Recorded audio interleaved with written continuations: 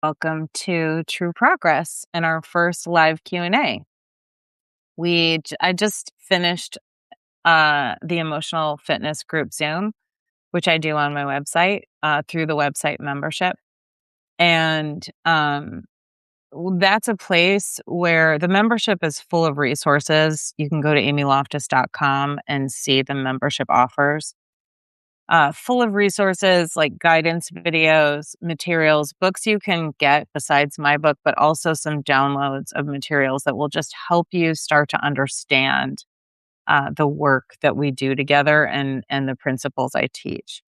It's a gentler way of dating to marry with high standards, where it's really unplugging from the pervasive messages of the culture and doing things differently and in a gentler way, a simpler way, more traditional way that is actually just a big relief for many of the women who start to work with me and we work together.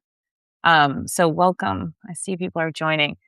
And I'm open to your questions. All you have to do is write the message in the chat and I'll answer questions. So what happens is when we gather together on Zooms, some women admit that there isn't anyone in their life that they can actually talk about this stuff with live and in person, because so many women immediately are kind of prickly about what I'm suggesting, which is to let go and to surrender and to allow and to let him lead and to experience the potency of feminine energy, which is surrendered energy. And that's not without self assertion. I don't teach women to just sort of lay back and like do nothing. You're actually doing uh,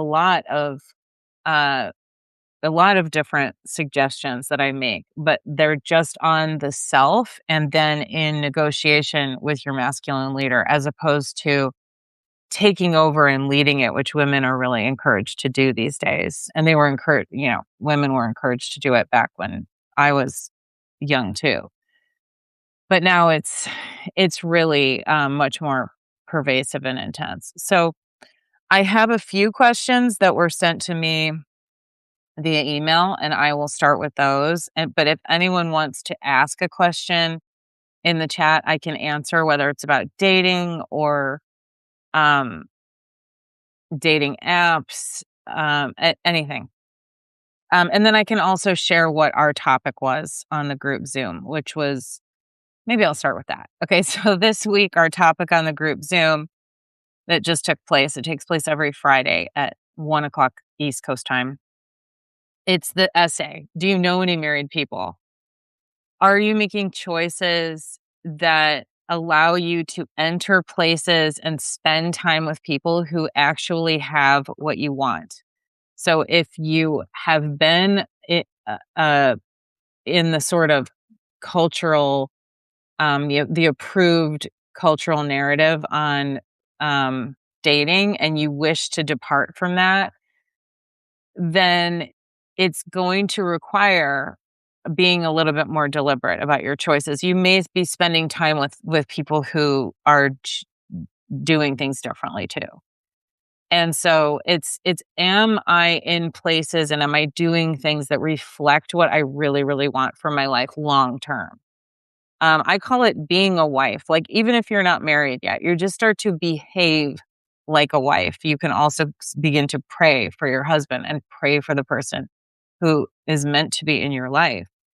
And so that's what the essay is about. That's what I was doing. And you may relate to some of the things that I mentioned in that essay about my life, but there's a version of that for you. It's like, who's the person you know that really trusts in God, who really relies on God? Like, who is that? And can you make a connection with them?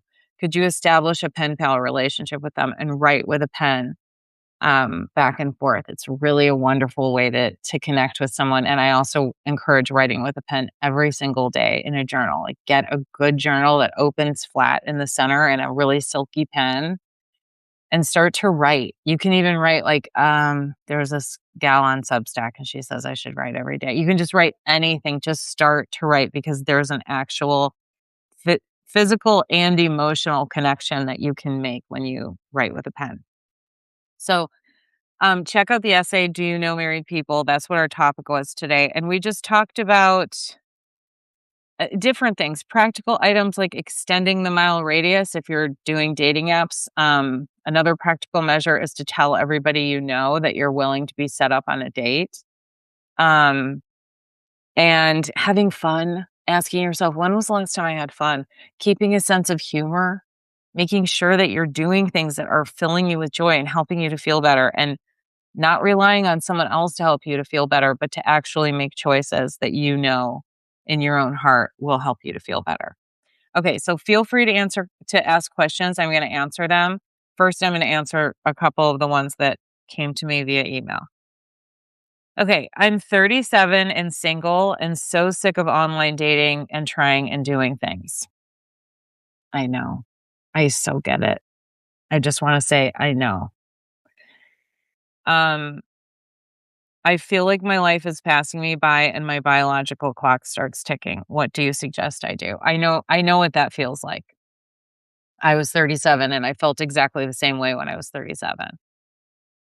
First of all, it's really important to accept that online dating is bizarre and that it might not be fun. It's important to accept that it's just not ever going to be great. I think that when you can just accept that it's a tool that you can use and that your virtues are portable and you can bring your values and your virtues to the app, then you might lower your expectations and just see it as one of many, many different tools that you participate and use in incremental small ways, or maybe, it's half of the time that half of your dating life, but make sure that you're doing the choosing on it so that you don't feel like you're just being like swept away by it. I know that dating apps are designed to keep you hooked in and to keep you basically on them. But many apps are designed to do that. And you still have the power to choose the way that you use that dating app. So I encourage women to write in their profile that they are dating to marry and that they're not interested in, whatever is accepted in the culture, but they are actually just there to choose people who are serious about finding love and finding relationship. And then I also encourage you to take a break if you need, like, this person, I'm single and so sick of it. Like, you may need a break. Like, even if it's just 10 days, just a break to let yourself feel sad. It's okay to let yourself just feel sad about the circumstances. I had to get into that level of acceptance of just like, wow, this is not how I thought it was going to be for me. And when you can get into acceptance and you can start to breathe into the reality of your situation, you may not be in such a like fierce self-will state. You might be willing to start to inventory the choices that you've made that have contributed to your present day situation, and that might boost some self-compassion. Like, this is just what happens to be my reality, and I think I'm going to stop fighting it.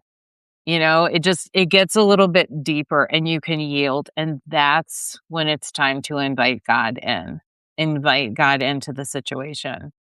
Get a God box, make it fun, decorate it, um, or a prayer box. And this is a place where you can start to deepen your relationship with God and write down the things that you're anxious about, write down the things that you deeply desire and wish for, and, whatever your feelings are, you get to have just all those feelings and you can just put things in your God box. I also encourage a prayer box, which is taking a little recipe box, and the recipe cards that usually come with it. You can find them for like $5 on Amazon because nobody uses recipe boxes anymore. And it's wonderful to just write down prayers or write down things that you're turning over to God, and then go through it. And sometimes you can get in the habit of then writing on the other side of the card, like ways that things changed or shifted, or answered prayers, or things that came of something that you thought was just really bad, or not, or you thought you knew how it was going to go, and then something shifted because you prayed about it, because you turned it over to the Lord. So these are ways that you can just get into a practical sense of what it's like to trust God. And sometimes that's first, and then faith follows it. And a willingness to feel peace that doesn't make sense, peace that surpasses understanding. That peace can come of your daily practices of just going, I'm just going to do this differently. I'm just going to accept that this is where I belong. This is a spiritual place and it's a place I belong. And I'm going to take the next few steps forward in a different way. And that just making that decision can really shift and change the way that you do life. I'm going to look at the second. Okay. So then the second half of this is the very intense reality of your biological clock ticking. I know what that feels like. I wanted to have a baby or more of my own. I wanted to have babies of my own, and I wasn't able to do that. I wasn't able to conceive.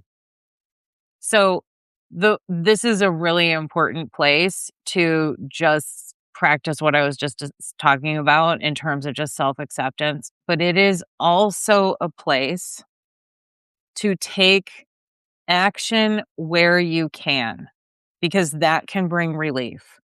It's important to remind yourself, like, I'm not wasting time in fertility. I put those words together when I talk to women all the time because they'll tell me why they're justifying old behaviors that aren't going to work. And I'll say to them, yeah, but don't waste any more time in fertility. So it is important to include that in terms, in a practical way, in terms of your choices. Like, is this thing that I'm procrastinating going to, uh, further my sadness and my anxiety about my biological clock ticking? Is this exploration in like recently I heard from someone in the last couple of weeks who's been exploring a same-sex relationship and she doesn't even know if she's gay. Is this helping you? I asked her. Like if you cuz she also wants to have a baby. I said, "Is this helping you to see for yourself this idea of having your own child with someone who with a man?" And she had to admit, like, she was, like, kind of having this dream in her mind of something that she's dreamt of for a very long time, but then doing this sort of exploration path, which the culture will just swoop in and encourage that and be really excited for you, and you'll get kind of lots of messages of positive messages, but it doesn't matter. What matters is, what is your dream for yourself? And are you willing to surrender it? And are you willing to be in acceptance about your daily reality while also making constructive and positive choices that reflect what you really, really want? Because sometimes to know what is best for us or to know what we truly desire isn't enough. It's whether or not the behaviors and the daily choices are matching what you truly desire. Dr. Pat, who taught me a lot of what I'm teaching now, used to say, mind your thoughts, for they become your words. Mind your words, for they become your actions. Mind your actions, for they become your habits. And mind your habits, for they become your character. And character is destiny. So I do get a little bit granular when I'm helping women step by step in their lives, because sometimes the tiniest little choices and behaviors that women are going like, yeah, that doesn't matter. Well, actually, it does, or it might, like, let's look into that. So I would say it's a balance. It's a balance between surrendering your biological clock and then accepting that there are practical choices that you can make to be mindful and not waste time. Don't waste time. Nobody ever was on you know, their deathbed, um, celebrating time that they wasted. They were grieving it. So it's like, realize that you do have power. You want to apply the power that you do have over constructive choices in the now and surrender the rest. Surrender the stuff that you cannot change. Okay, so next question. What would you say, and feel free to jump in the chat if you want to. What would you say to a working woman and a wife who had a negative reaction on relinquishing the chore of managing the finances? Okay, so it sounds like maybe there was a discussion where her husband wanted, I'm gonna assume, I cut and pasted this from an email, so, and it's in a new doc, so I just have to go with that. I'm pretty sure that it was that, there was a discussion of her relinquishing the chore of the finances, and, she had a negative reaction to her husband's request. Well, I would say, like, "That's awesome." But, I mean, it depends on a lot of things, but here's the thing. I know lots of people are really focused, and especially, from the perspective of the culture, really focused on finances and, the monetary value of, a homemaker and a wife and a mother, and it's just like, I'm not really interested in that conversation. I'm interested in equity where it's possible, which is the private sector, okay? Equity is not achievable in the public sector, and that's why we're in this on this kind of merry-go-round. It's achievable in the family. So equity means teamwork.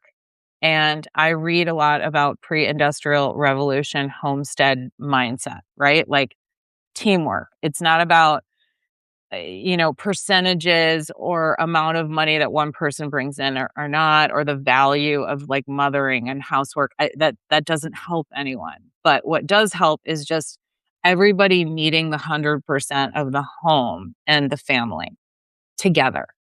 If in terms of this woman, if your husband is like, I want to take over this section of the household, there may be a further negotiation. Maybe there are some pieces of that you still wanna cooperate with.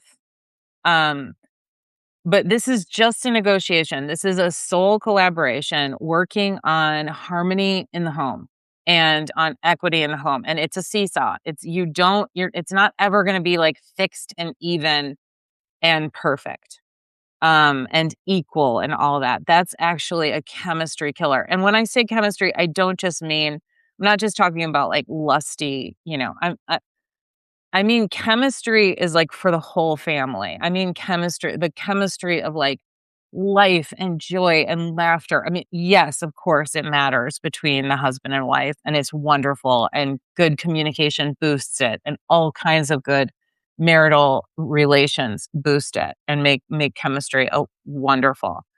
But it also spreads to the kids. You want to have joy and a good energy with your kids too, and in your house in general. You want your house to be feeling full of love and laughter and joy. And if someone is going, well, this is the monetary value of the thing that I did, and compared to the monetary value of the thing you did, like that is just no way to live. Like, just from a common sense perspective, like, that's no way to live. It is a low frequency game, and it's just not gonna help anyone, and it's a conversation that's been promoted by people who don't want you to be happy. They don't want you to stay married, they don't want you to be fulfilled, and you can just turn away from that conversation and just go, "This is just not working for me." And you can find your groove. So this is my answer to this question on having a negative reaction of your husband's petition for taking over the finances. I would say that's the beginning of a negotiation. If you had a negative reaction, that might be an indication that there are some things that you still wish to participate in that area of the household and of your life together. And you've got to honor that and cherish yourself and answer that and say, okay, here's what I sense and here's what I feel, and this would be better for me. And I do believe in language that boosts harmonious negotiation. And that language is she says, I feel, I sense. And he says, I think. And she says, I don't want. And he says, I want. And this is just the same as like a battery. You got a positive, you got a negative, and it's just a balance of a charge and a flow. of currents, of a current. So, and there's more about that in my book. And I wrote a book about this stuff with it. In the second half, there's a handbook on on language. And it's really about like testing it, like putting it in your life and just seeing like, does this work? Like before I was married, I was doing that with my brother. Like, well, I feel a nice sense. And what do you think? It's like, wow, that worked. I had like a really good, effortless conversation with him. Like, just start to plant the seeds of that language. Just test it, you know? But that's to me is the answer on this one of the finances. It's the beginning of a negotiation. And this is ongoing for life. There's not like you just live one day at a time in a flow. There isn't this like fixed way of doing it. And what is what people are seeking out in the culture, out in the public sector, that's fine, but it might not be harmonious and helpful for you in your home, and you get to just pick and choose what you trust will be harmonious in your home. Protect your home. Homes should be protected, from anything that is gonna cause people to be in conflict and to be, like, bombed, you know? Like, this is about we are here to love. We are here to love. We're here to love each other. We're here to love better, and we're here to learn more and more about love, and the home, and marriage, and having children is the ideal place to do that. It's so sacred. It's such a wonderful thing and such a privilege to be able to be a part of. And it doesn't we don't have to keep measuring work. I also work outside. I have kids, but I also work, and all that stuff. It's like you can ignore all of that and get quiet and start to pray to God as you understand God and go, what is it that I really, really want? What do I really, really want? I mean, as a stepmom who I felt so grateful to be a stepmom and to get to raise two incredible little boys who are young men now, I definitely watched people just miss an opportunity to like be in their home with their kids. And I was like, I would have done anything. But that's okay. That was their choice and that's happening. But I get to share that with you now to remind you that, like, if you want that, if you want to be home, be home. It's a really short period of time. You can go back out into the workforce, like, you know, in a matter of like 10 or 15 years, if that's what you really want. So, like kids, you can't just like, your kid isn't going to still be 4 in 15 years. It'll be over. And even as a stepmom, I feel that like, the kind of quiet of that. It's like, whoa, like that's it. You don't get to go back and do anything over. So make it how you want it to be in it to the best of your ability within a paradigm of surrender. And that takes time. Sometimes it's having the conversation 48 hours after you get the idea because you decide to pray about it first. In this case with this woman in finances, just pray for like a week. Even if your prayer is like, I don't really know how to pray. Like that's okay, it's a start. But leave a breeze and then enter the negotiation from the perspective of how do I want my household to run and how is this going to balance out? So, is there anybody else who wants to ask a question?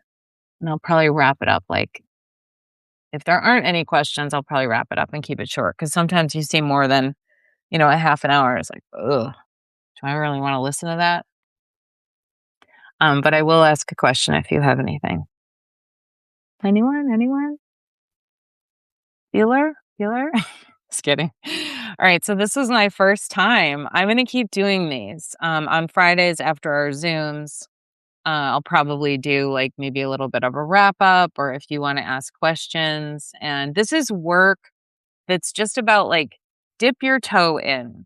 Like if you want to join us in the chat, and the Inner Circle Eve Second Chance podcast, you can do that. You'll just start to ease into some of the principles.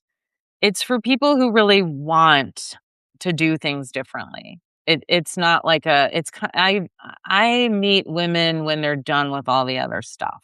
It's like, I'm not like a slick dating coach who's gonna give you like a 90-day guarantee. I'm more like, let's listen to God and let's get on God's calendar and get into God's timing and see how that goes. It's a gentler way and it's definitely a more traditional way. And yeah, you get to do things that work for you, even if when you're standing around the water cooler at work, it doesn't feel comfortable to bring it up. That's okay. You don't have to bring it up with people who aren't into this kind of work. You can just bring it up on our group Zooms. Okay, so keep in touch. Thank you for all who are here and joined. Mwah. And I'll see you next time. Over and out.